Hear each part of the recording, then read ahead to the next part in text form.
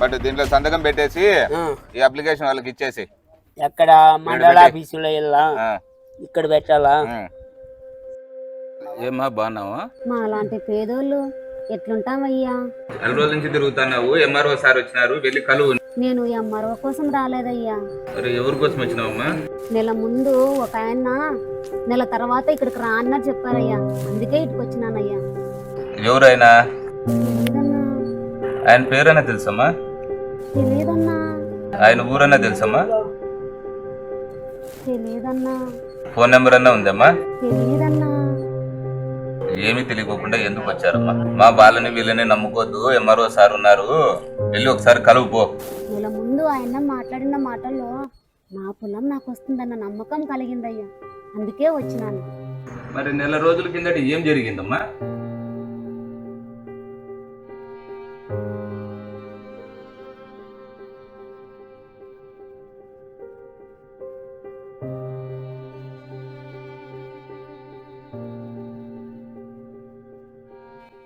Sir నమస్తే sir, నా భూమి నాకు ఇప్పించండి సార్. నా భూమిని ఎవరో కబ్జా చేశారంట సార్.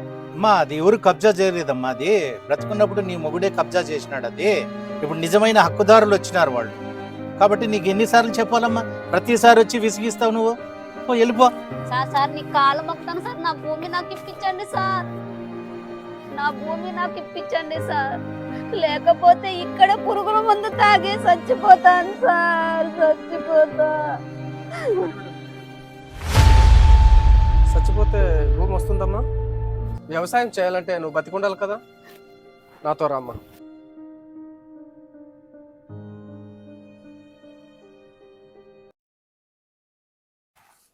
నమస్తే సార్.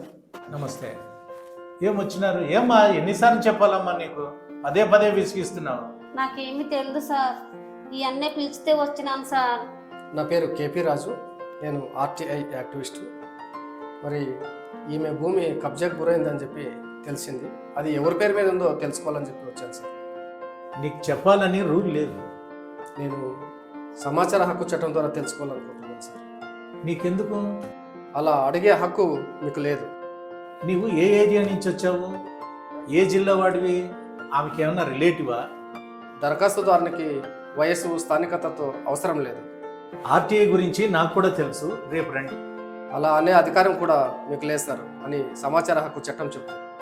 సమాచార హక్కు చట్టం ద్వారా సెక్షన్ 2 ప్రకారం ప్రతి కార్యాలయంలోని సమాచారాన్ని తెలుసుకునే హక్కు ఒక పౌరుడిగా ఉంది. వారికి కావాల్సినటువంటి పత్రాలు, నకళ్ళు, వీడియోలు, ఫొటోస్ కూడా తీసుకోవచ్చా చెప్పని ఆ చట్టం అవకాశం కల్పించింది సార్. ఏమి సమాచారం నీకెందుకు?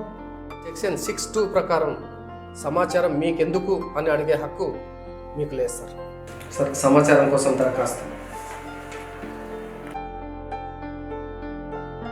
సమాచారం ఇవ్వడానికి మాకు చాలా టైం ఉంది, మీరు వెళ్ళి. కరెక్టే సార్. సెక్షన్ 7(1) ప్రకారం 30 రోజుల్లో సమాచారం ఇవ్వాలి. అదే వ్యక్తిగత స్వేచ్ఛకు ప్రాణహాని కలిగించే సమాచారం అయితే వితిన్ 48 అవర్స్లో సమాచారం ఇవ్వాలి సార్. నాకు తెలిసిపోవా? సార్ అన్నా, నా కోసం మీరెందుకు కొట్లాడుతున్నారు? మీ కులానికి నష్టపరిహారం ఇప్పించాలనుకుంటున్నా నేను. ఇట్లాంటి వాళ్ళను పిలుచుకొని రావద్దు. ఇట్లాంటి వాళ్ళ వల్ల నీకు నష్టమే జరుగుతుంది. మాయ మాటలు చెప్పి డబ్బులు లాక్కుంటారు, అర్థమవుతుందా? అందరూ అలాంటి వాళ్ళే ఉండరు సార్. కులము వస్తుంది, నష్టపరిహారము వస్తుంది. వస్తాను సార్, రమ్మా.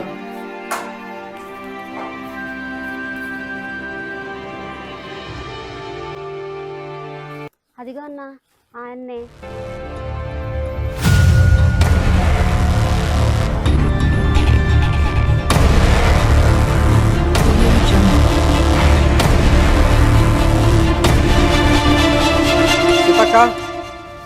అదిగో అన్న ఆయన్నే.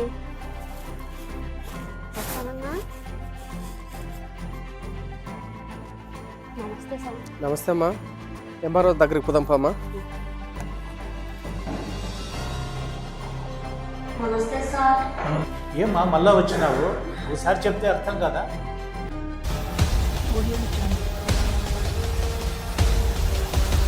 నమస్తే సార్. ఏం వచ్చినారు?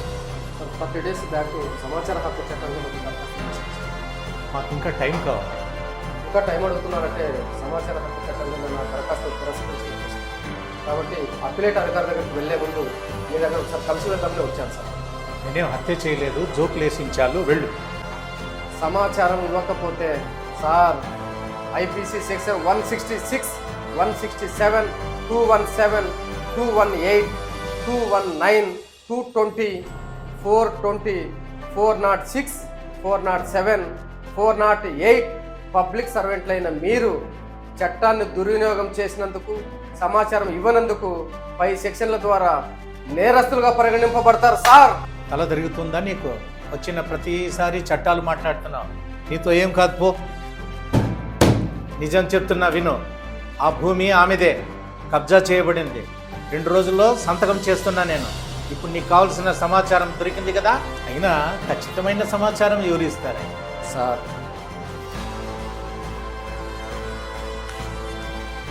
ఇది మండల అభివృద్ధి శాఖ కార్యాలయం నుంచి తీసుకున్న సమాచారం సార్. ఇది జిల్లా కలెక్టర్ కార్యాలయం నుంచి తీసుకున్న సమాచారం సార్. ఇది న్యాయశాఖ జ్యుడిషియల్ మేజిస్ట్రేట్ నుంచి తీసుకున్నటువంటి సమాచారం సార్. నేను దాదాపుగా 10 ఏళ్ల నుంచి సమాచారం తీసుకున్నటువంటి శాఖలకు సంబంధించినటువంటి మొత్తం సమాచారం సార్. సమాచారం ఇవ్వకపోతే ఎలా తెచ్చుకోవాలో కూడా నాకు బాగా తెలుసు సార్.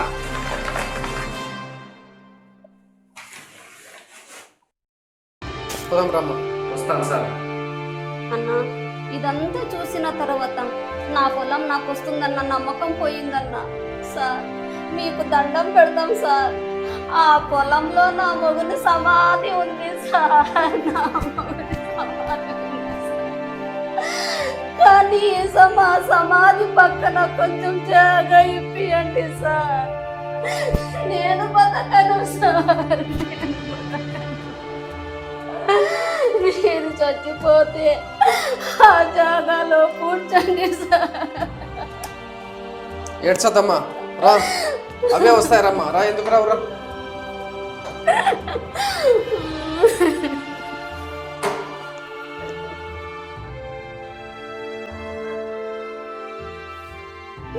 నా కూతురు బతకము కన్నా మా భూమి మాకు వస్తుందన్న నమ్మకం పోయింది. అమ్మా, ఆగు. సీతక్క, సీతక్క, సీతక్క, నీ భూమి పత్రాలు తీసుకో. ఈ రోజు నుంచి సమస్త సర్వ హక్కులు నీవే. నీకే తల్లి. సంతోషం సార్. క్షమించమ్మా, తప్పైపోయింది, క్షమించు తల్లి. సంతకం చేస్తే 2 రోజుల్లో వెళ్ళిపోతుంది అన్నారు కదా సార్. ఏమైంది సార్? ఏం జరిగిందో తెలియదా నీకు?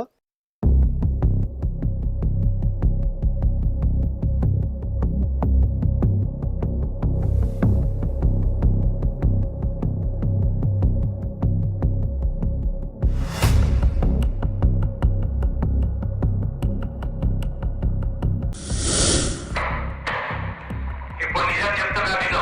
ఆ భూమి ఆమెదే, కబ్జా చేయబడింది. 2 రోజుల్లో సంతకం చేస్తున్నా నేను.